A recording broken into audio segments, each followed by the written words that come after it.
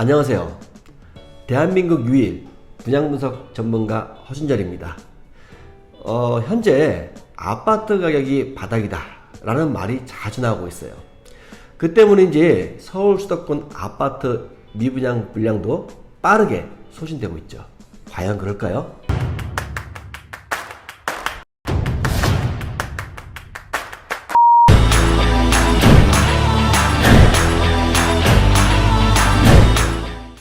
결론부터 말씀드릴게요. 올 하반기부터 2차 주택 가격 폭락이 올 겁니다. 그 여파는 밑에 지방주택 가격서부터 시작될 거고요. 왜 밑에 지방서부터 시작이 될까요? 폭락이 시작될까요? 저는 분양분석 전문가니까 제 전공을 살려서 말씀드릴게요. 부동산 경기가 꺼지기 전 아파트 분양은 그야말로 미친듯이 잘 팔렸었죠. 그 당시 분양받은 아파트들이 올 하반기부터 입주가 시작됩니다. 실거주를 위해 분양받는 사람부터 갭투자를 목적으로 아파트를 분양받은 사람들까지 지금은 잔금 기피 현상이 심화되고 있습니다. 소수 사람들이 아니에요.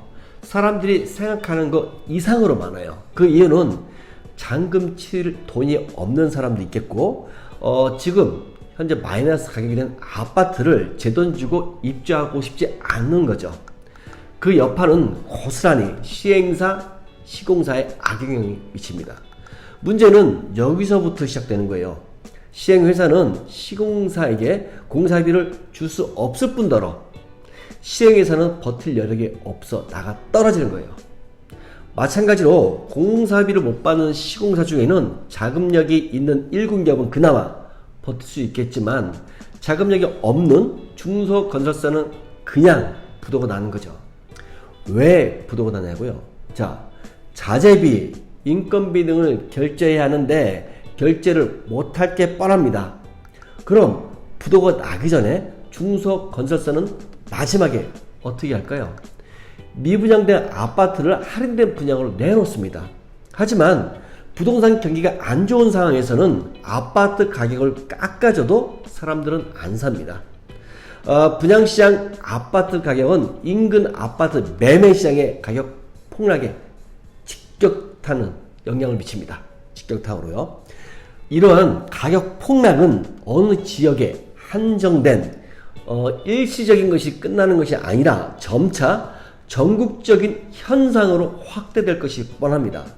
저는 밥만 먹고 부동산 분석 일만 해왔기 때문에 저는 자신있게 말씀드릴 수 있습니다. 이건 저희 예상이 아니라 제 경험에서 나오는 확신입니다. 일부는 지금 아파트 가격이 바닥이니까 아파트를 구매할 적기다. 또 이제 아파트 가격은 오를 일만 남았다 라고 떠드는 사람은 제가 볼 땐 정말 기도 안 찹니다. 왜 제가 기도 안 찰까요? 이런 인간 대부분이 작년, 재작년에도 아파트 가격은 안 떨어진다. 아파트 가격은 더 오른다. 아파트는 불패다. 라고 떠든 사람들이거든요. 영끌라라고 부채질한 놈들이에요. 여러분, 이런 놈들이 떠드는 거 무조건 반대로만 행동하시면 됩니다. 이건 과거 제 영상이에요. 영상에서 저는 2020년도에 미국 연준에서 금리 인상하면 아파트 가격이 떨어진다고 경제뉴스 칼럼에 제가 쓴 내용이 정확하게 올라와 있어요. 그때 구독자분들은 충격을 받았는지 정말 그렇게 되냐고 많은 문의가 왔었어요. 저도 많은 연락에 놀랐으니까요. 저는 당연히 그렇게 될 거니까 만약을 준비하라고 얘기했습니다. 물론 디테일한 정보는 저희 회원들에게는 공유해 드렸죠. 정말 작년에 미국 연준에서 금리를 올리니까 아파트 가격 폭등이 한 방에 빠졌어요. 제가 알기로는 경제 칼럼이나 유튜브에서도 미국 연준에서 금리 인상하면 부동산가 폭락한다고 여러 번 언급한 건 저뿐이 아닌가 싶습니다. 여러분, 이건 제가 똑똑하거나 정보가 빨라서가 아니에요. 대다수 사람들은 자기가 보고 싶은 것만 보고 믿고 싶은 것만 믿기 때문에 그런 거예요.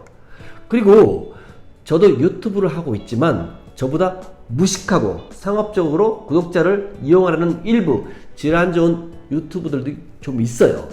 조심해야 돼요. 물론 그런 유튜브들은 저보다 훨씬 잘합니다. 저는 어버바는 수준이라 구독자도 별로 없긴 하죠. 대신 말빨보다 저는 정확한 내용과 팩트로만 구독자분들에게 전달해 드리겠습니다. 여러분, 제가 뭐라고 미국 연준 금리 인상에 대한 정보를 알고 있을까요? 아주 쉬워요. 우리는 수출하는 나라니까 미국과 중국의 영향을 직접적으로 받아요. 그들의 경제시장을 주시하면 쉽게 할 수 있는 얘기들입니다. 그중 미국 연준에서는 자국 및 물가를 잡기 위해 진작에 금리를 올리려고 했었는데 당시 대통령이었던 트럼프가 계속 못 올리게 압박했어요.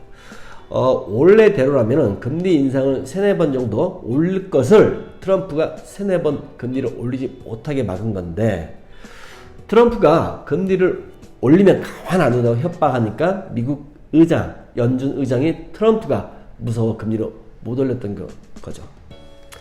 사실 따지고 보면 영끌 피해자가 많이 생긴 것도 트럼프가 시간을 끌었기 때문에 그런 거예요. 또 당시 정부도 거지 같은 부동산 정책으로 헛발질 겁나 했고요. 아무튼 대급박 나쁜 애들이 설계를 하면 피해는 항상 돈 없고 빽 없고 정보 없는 힘없는 국민들만 개피봅니다.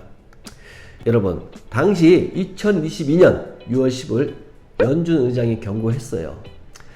미국 자국민에게 절대로 집 사지 말라고 경고했어요. 예? 연준 의장이 직접 언론에서 대놓고 이런 얘기 할 정도면 앞으로 무슨 변화가 생기겠구나 생각하고 그 시그널을 예측하셔야 합니다. 그런데 그때 그 시그널을 별 생각 없이 넘겨버렸어요. 그때는요. 이제는 올 하반기예요. 하반기에 또 변화가 생긴다는 얘기죠. 지금 바닥이냐 아니냐가 중요한 게 아니라 앞으로 허리케인 같은 폭풍이 올 수 있으니까 이 영상을 보시는 사람은 현명하게 철저하게 준비를 잘 하세요. 아파트를 살 사람이나 분양을 받을 사람은 더더욱 대비를 잘 하시고요. 안녕히 계세요.